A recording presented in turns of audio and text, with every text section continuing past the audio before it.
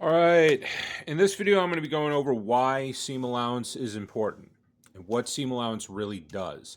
What it does is durability, okay? So what's going on is that this seam is going to be a lot easier to rip than this seam. This is half an inch, this is an eighth inch, or as close to the edge as I could get it. Now, if I take this, and I pull, and I pull, and I pull, there's pretty good strength. Pretty good strength. Let me see if I can, nope, okay.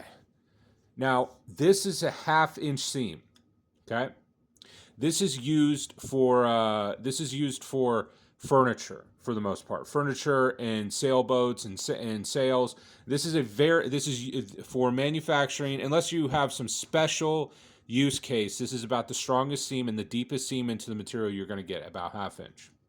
This is 3. Yeah, is that 3/8? Yeah, this is 3/8. This is your standard seam for basically everything you're going to wear, right? Your shirts, your jackets, your pants are almost always sewn at a 3/8 seam allowance. Now, this, let me see if I can. Nope.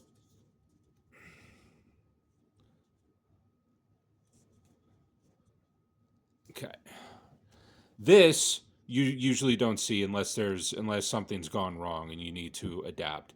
So this is a 1/4 inch. This is a 2/8, and this should be pretty. I might be able to rip this one. No.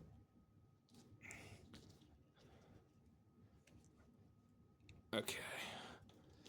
And this is right on the edge. See that? The closer your seam allowance is to the edge of the material, the closer your seam allowance is to the edge of the material, the weaker your seam is. That is how it goes. Let me see if I can do this one again. No. There we go. There we go. Come on. Yeah, I want to see even just giving one more eighth of an inch, because this is 1/8 or as close as I could get it, and this is 2/8.